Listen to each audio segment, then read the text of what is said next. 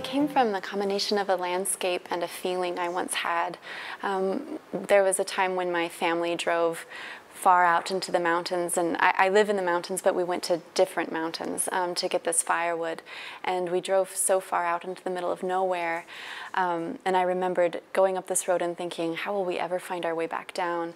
And then when we arrived at the clearing where there was firewood it had already been cut, and we were just going to load it onto our truck, the moment I stepped out of the truck, I was overcome with this intense feeling of grief, and it was a mix of grief and fear, kind of. It was a strange dread, but it was a dread about something that had already happened, and I had the sense that this place had a memory, and I didn't know what the memory was, but I just felt it rising from the ground, and it had nothing to do with the landscape itself, because it was very beautiful. You know, it was a very beautiful place, but the feeling that I had was so sinister, and I felt I needed to discover what the memory of this place was, and that was the process of writing the novel. The plot is, at the heart of the story is a terrible tragedy about a little girl who is killed, but that happens 8 years before the novel opens, and so when it opens,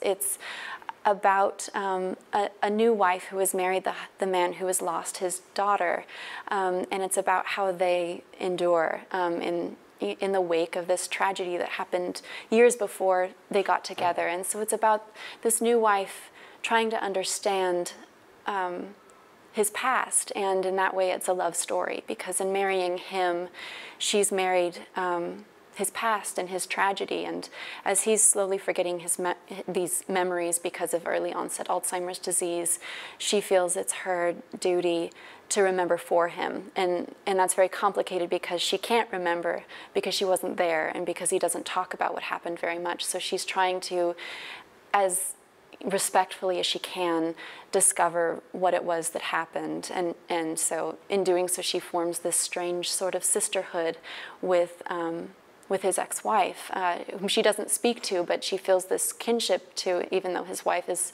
serving a life sentence in prison.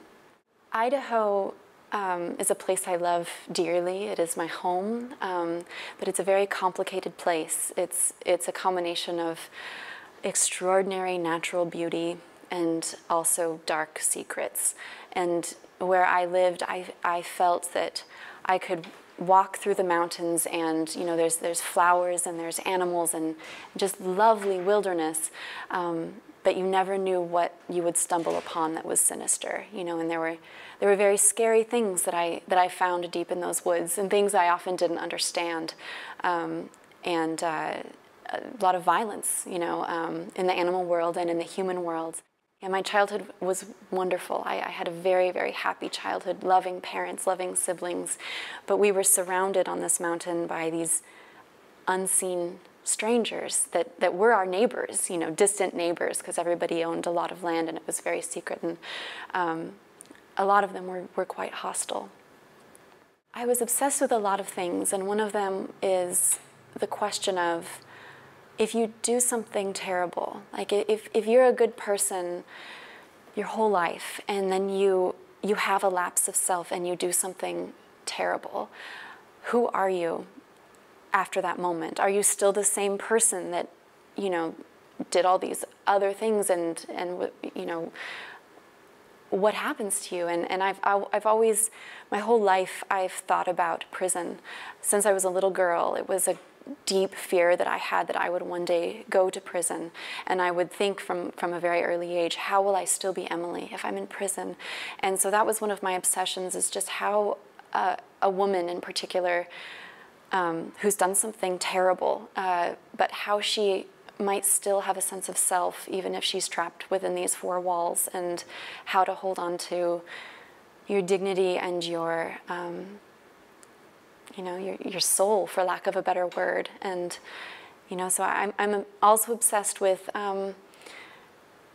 even, you know, the novel leaves a lot of questions that are unanswered. We don't know where the missing child is, and we don't know exactly what happened in those moments when this murder was committed.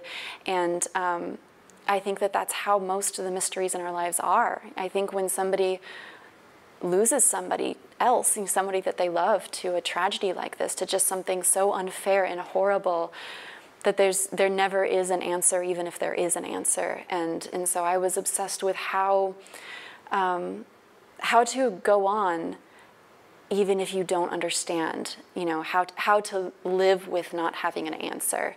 Yeah, those are the things that carried me through the whole story. Est-ce que c'est un roman qui commence d'abord avec des personnages ou d'abord avec le paysage?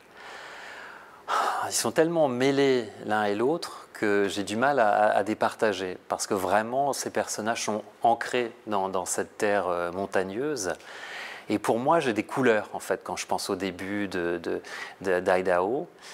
Et ces couleurs-là, je les associe aux personnages autant qu'au paysage. J'aurais beaucoup de mal à le décrire, son style, parce que elle a vraiment, parce que c'est un style qui lui est vraiment propre, comme là c'est la marque de tous des grands écrivains, et puis parce que c'est une musique dans laquelle j'ai essayé de me fondre, moi en tant que traducteur, et donc je n'ai pas eu de recul sur ce analytique, sur cette musique qu'elle propose, mais je sais que justement, voilà, elle tisse tous les éléments sensoriels et intellectuels, et le passé, le présent, dans la même maille.